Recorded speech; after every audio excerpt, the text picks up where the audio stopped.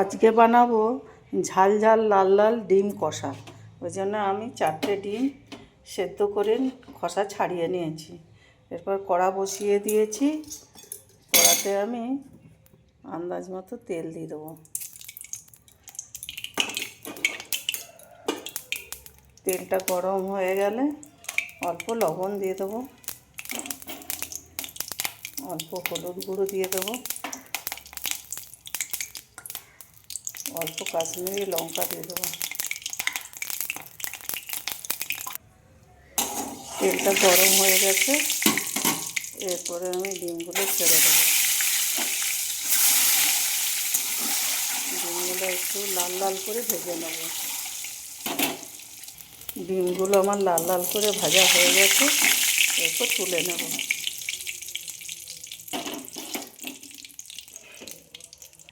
এরপর ওই তেলে আমি পেঁয়াজ দিয়ে দেবো।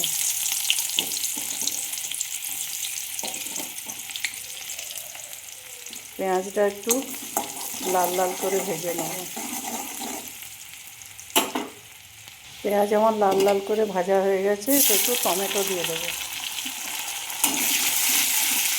টমেটোটাও আমার একটু ভাজা হয়ে গেছে, এরপর রসুন বাটাটা দিয়ে দেবো।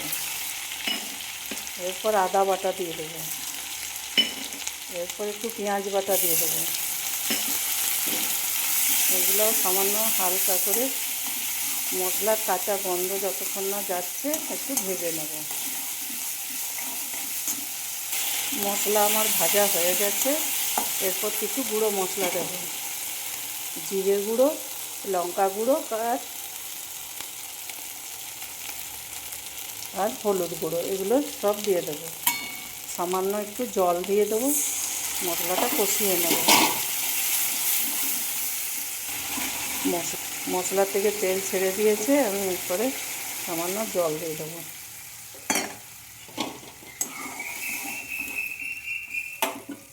দুটো কাঁচা লঙ্কা দিয়ে দেবো, আন্দাজ মতো লবণ দিয়ে দেবো।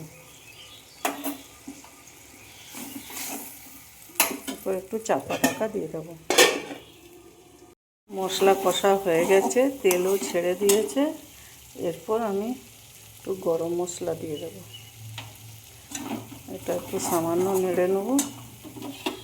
এরপর ভাজা ডিমগুলো দিয়ে দেবো। ডিমগুলো দিয়ে ভালো করে কষিয়ে নেব।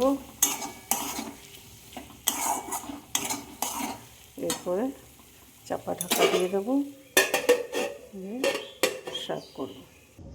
বানানো হয়ে গেল আমার ডিম কষা। এইভাবে একবার তোমরা বানিয়ে দেখো, খেতে খুব সুন্দর লাগে।